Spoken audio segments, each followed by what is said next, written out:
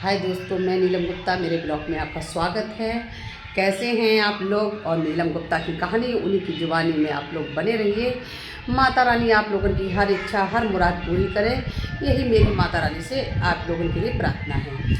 तो वीडियो आगे बढ़ाने से पहले आप लोगों से यही गुजारिश है कि जो लोग मेरे चैनल पर सब्सक्राइब नहीं किए तो प्लीज़ कर लीजिए, लाइक कमेंट भर दीजिए और जितना से ज़्यादा शेयर करेंगे और आप लोग बताएंगे कि पुराने वीडियो में नीलम गुप्ता का लुक क्या था और आज ये अपने घर परिवार में है तो कैसी हैं। तो देख लीजिए, बिल्कुल एकदम चेंजिंग है। कोई ये नहीं कह सकता है कि मैं नीलम गुप्ता वही हूँ जो बहुत पहले बीहड़ में एकदम काली पट्टी लगा के और डार्क, उस समय साथ मेरा लुक भी था, उस समय अजीब से लगते भी थे क्योंकि बीहड़ का खुला माहौल रहता है ना, इसीलिए। तो आगे वीडियो बढ़ाने से पहले हम आपको बता देना चाहते हैं कि एक भाई ने कमेंट किया कि नीलम जी, आपकी ये सर पे चोट लगी तो वो कैसे लगी है, ज़रा विस्तार से बताइए। तो हम आपको बताते हैं कि मेरे सर पे जो चोट लगी हुई है भाई मेरे, तो वो चोट चोट तो मतलब ऐसा शरीर नहीं है, जिस ऐसे शरीर में अंग नहीं है जहाँ मेरे चोटें ना हों। क्योंकि शुरू से पता है मैं बहुत शैतानी भी करती थी, तो घर में भी बहुत से चोटें लगी हैं, मायके में भी। और ज़्यादा से ज़्यादा चोटें मेरे ना शरीर के अंदर जितनी भी लगी सब बीहड़ में लगी हुई है। आपको बता देना चाहते हैं कि मेरे सीधे पैर पर एक बार मुठभेड़ के दौरान मुझे गोली भी लगी गई थी। तो उस गोली के बारे में बताएंगे कि मेरे पैर पर गोली कैसे लगी थी और उस समय मुझे कितना दर्द, कितनी पीड़ा झेलनी पड़ी थी और कैसे कैसे मुझे एडजस्ट करना पड़ेगा। ये सब चीज़ें मैं आपको बताऊंगी, लेकिन बारीकी से, क्योंकि हम लोग जो वीडियो शूट कर रहे हैं तो हम आपको बारीकी से कहानी बता रहे हैं, मतलब शुरुआत से, कि हमारे जीवन में कैसे उतार चढ़ाव हुआ और कैसे कहाँ से कहाँ पहुँचे, कैसे पहुँचे। और एक लोगों ने कमेंट किया कि नीलम जी, आप बीहड़ में कैसे पहुंची हो, वहाँ से भागी कैसे। तो भाई मेरे, संतोष रखिए, हम आपके सारे प्रश्न का उत्तर इसी वीडियो के माध्यम से देंगे। क्योंकि वीडियो में जब बनाऊंगी तो मैं हर वो पंक्ति, हर वो व्याख्या आपके सामने बयां करूंगी और बताऊंगी कि मतलब कैसे कहाँ हुआ था।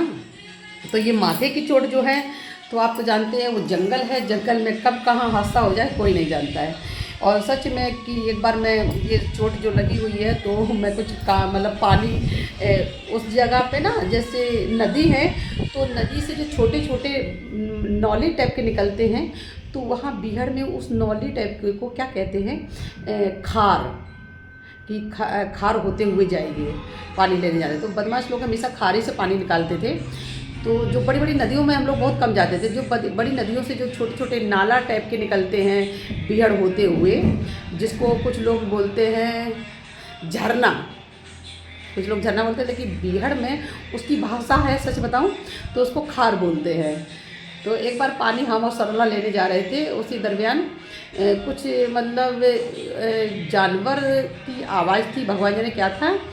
तो उस समय रात के करीबन 9-10 बज रहा होगा।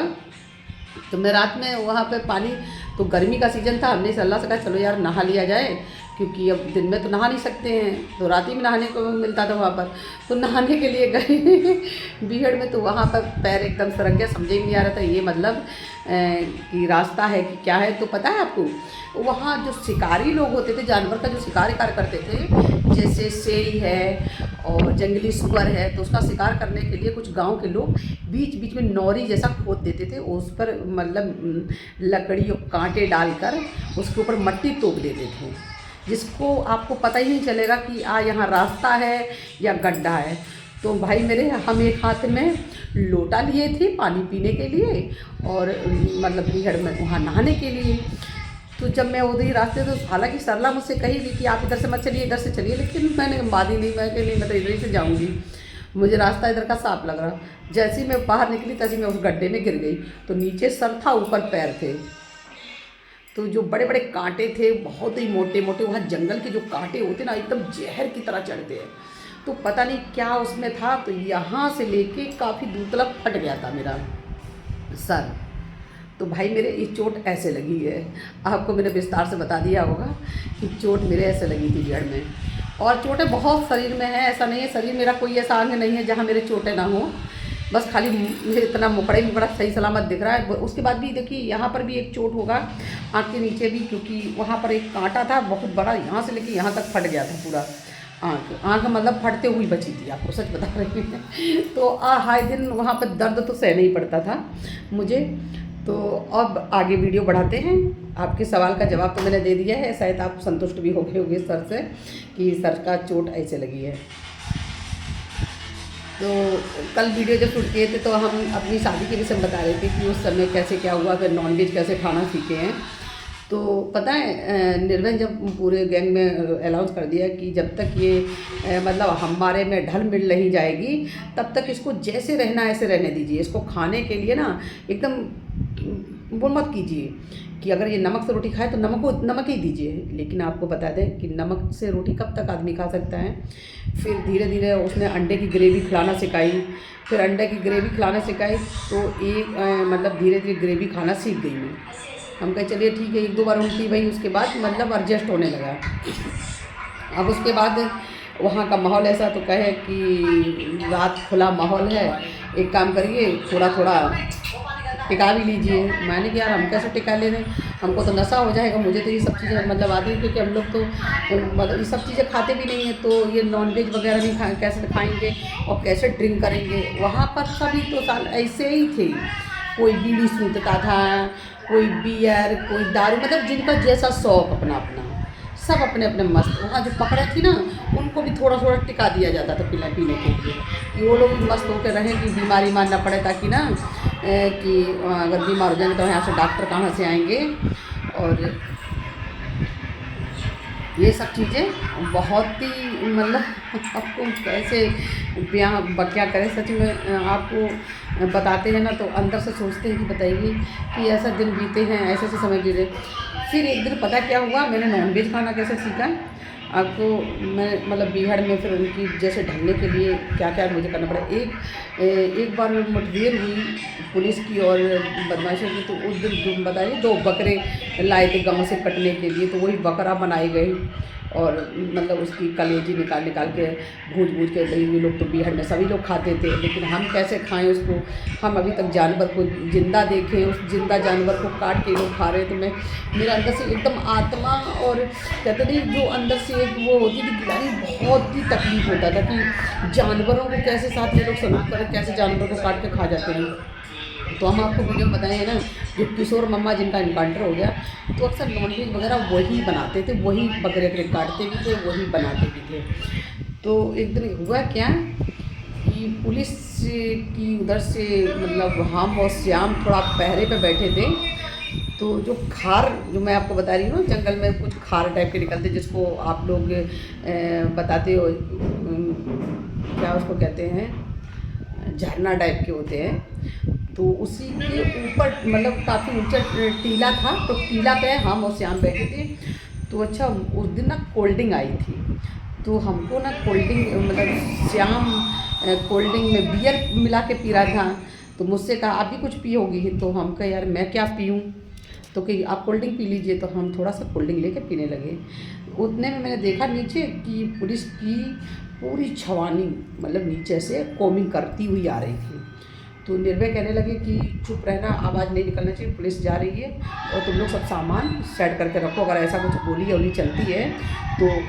एक पहरा पर निर्भय खड़े हो गए, दूसरे पे जो बड़े बड़े मूछन के थे जिसका नाम बुद्ध सिंह था, जो वीरप्पन जैसे लगते थे, एक वो पहरा पे खड़े हो गए, दूसरे पे श्याम और मैं खड़ी थी। तो चौथे पैरे पर एक लड़का था, उसका नाम देखो क्या था, हाँ किशोर मम्मा, और उनके साथ एक लड़का था, उसका नाम देखिए अच्छा ही नाम था, देवेंद्र करके नाम था उसका, गुजरे थे वो भी उनके वहीं थे पास उनके।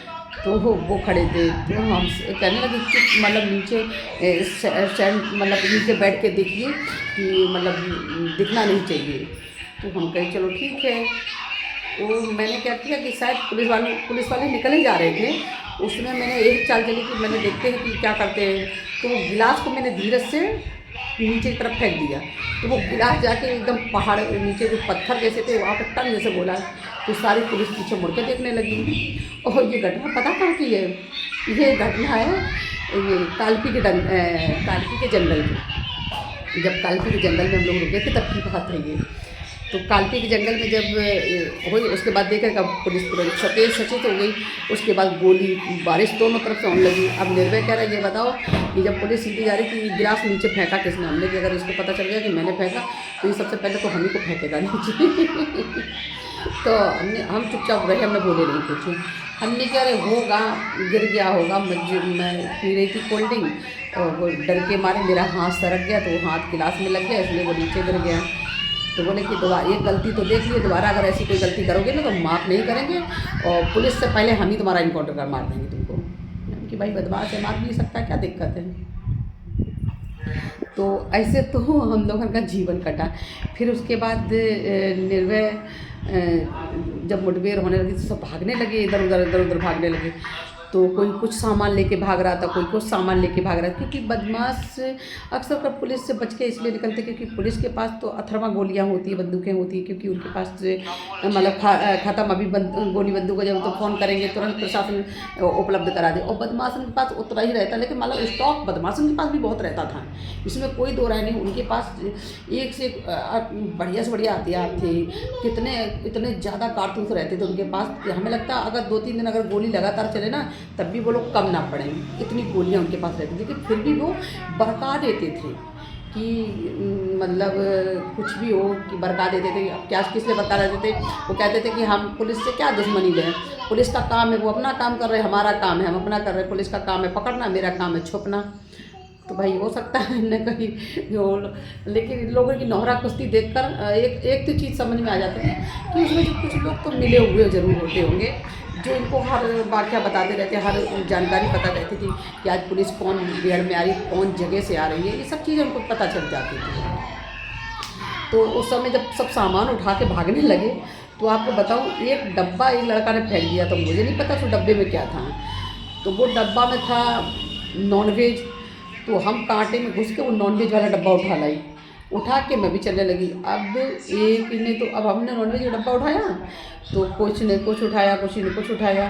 तो अच्छा पता है मैं सबसे पहले जब गोली चलती थी, मुठभेड़ होती थी, मैं सबसे पहले क्या ढूंढती थी? पानी, क्योंकि सबसे ज़्यादा किल्लत पानी की होती थी।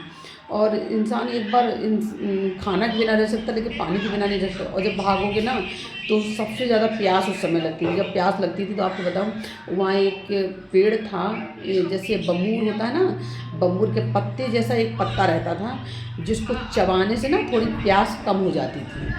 तो निर्भय अक्सर कर हम लोगों को वही देता था पत्ता कि ये लोग चबा लीजिए थोड़ा थोड़ा सा, तो पानी की प्यास कम लगेगी। लेकिन हम पता क्या करते थे, जब भी गोली चले या कुछ भी होता था मैं सबसे पहले पानी ढूंढती थी कि पानी मिलेगा तो सब कुछ मिलेगा। तो आगे वीडियो और बढ़ाने से पहले अब आगे वीडियो कल बताएंगे इसके बारे में कहानी और नॉनवेज की और पानी की। और मुझे यकीन है कि आप लोगों को बहुत पसंद आ रही होगी मेरी कहानी, क्योंकि हम आपको कहानी ना शुरुआत से बारीकी से लेके हर वाक़या बताऊंगी, कैसे कैसे वहाँ दिन गुजारे, कितने मतलब 20 महीनों में मैंने कितनी कठिनाइयाँ उठाई हैं, कितना कष्ट उठाए हैं, कैसे कैसे मेरे पैर पे गोली लगी, फिर श्याम को एक बार गोली लगी, कैसे कैसे क्या क्या हुआ, मैं सब कुछ बताऊँगी। और लेकिन आप लोग वीडियो में बने रहिए और अपना प्यार हमेशा बना रखिए। Bye bye.